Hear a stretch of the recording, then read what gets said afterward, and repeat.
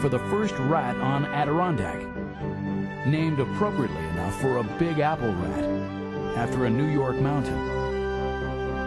Okay, everybody, we're go to rat. Okay, I'm ready. 3, 2, 1, mark. Command is away.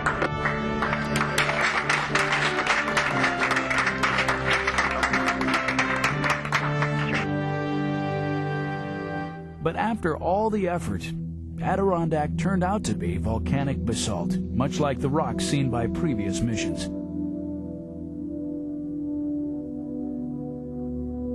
Spirit needed to hit the road. We were expecting that it would be complex, but we have more than we have bargained for. It is a surprising sight. Right now we're seeing lots of basalt-like material, but it's more complicated than that. We are also seeing granules and hints of minerals we don't understand very well. Spirit stops to inspect a rock named Mimi. These rocks that we're looking at look very corroded, eroded. Some agent is attacking these rocks, and I think nobody really has a clear sense yet as to what's going on. But it could be that perhaps the salts in concert with water in some form and at some time is attacking the surface of these rocks and shaping the landscape in that way. The core set of activities for dry science or traverse science is meant to drop-ins. Deputy PI Ray Arvidsson and Dave Demaray come up with plans to combine moving along with good science. When we see something of interest, we need to stop, look around, and do science. But in between, we drive with enough information collected to make sure we don't drive past what we're looking for. It's 6 a.m. Pacific, but daytime on Mars. So the Spirit team has been working all night on Earth, figuring out what the rover is seeing and what to do next.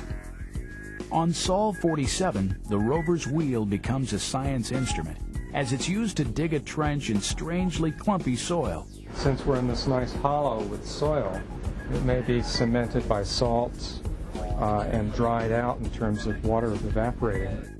So Randy, come over here. And we could presumably get at that by looking at the motor currents. And if they're low and then they run into a hard layer, the current should go up. Right. So as soon as that... Arvidsson works with mobility engineer Randy Lindeman to see if how much power the wheel is using can tell them something about soil consistency. And this is a mission with the most interaction between science and engineering that I've seen yet. And this is over more than 30 years of experience with NASA and JPL. We stopped and we dug down about 10 centimeters, and now we're looking at the work and measuring the chemistry and mineralogy, looking for the evidence that salts have formed by water coming up and out. It's right there. There's another one right there, too. Natalie and Dave use sophisticated displays to see if they can understand the trench. Results are inconclusive. Time once again to move on. Next stop, Humphreys Rock. We have also hints of the action of water in the rock Humphreys, and we saw some veins in these rocks that are indicative that the rock at some point interacted with water, but we don't have evidence, really the evidence, the proof of that yet. Somehow Spirit needed to get deeper than ratting a rock could do. You have several ways of doing that. You can go through stratigraphy by digging big holes, and we don't have that capability on board Spirit, but Mother Nature is here to help us. And basically, impact craters are those big holes that Mother Nature carved into the crust for us to look into. So the first logical step in our journey was to actually go to an impact crater. The closest and biggest one was Bonneville. We're just about the distance from the crater where we're looking at rocks that have been thrown out during the impact, and furthermore, these are a little further out from the rim, so these could be rocks coming from deeper within the crater. That's kind of convenient because we can just walk right up and see what's underneath our feet, as it were, without having to drill a hole. So if we want to get a little bit beneath the surface and look at some of the older rocks that perhaps speak to an earlier period of time when there was more water in Gusev Crater, this would be the place to look for it. We haven't really been able to do that before on another planet.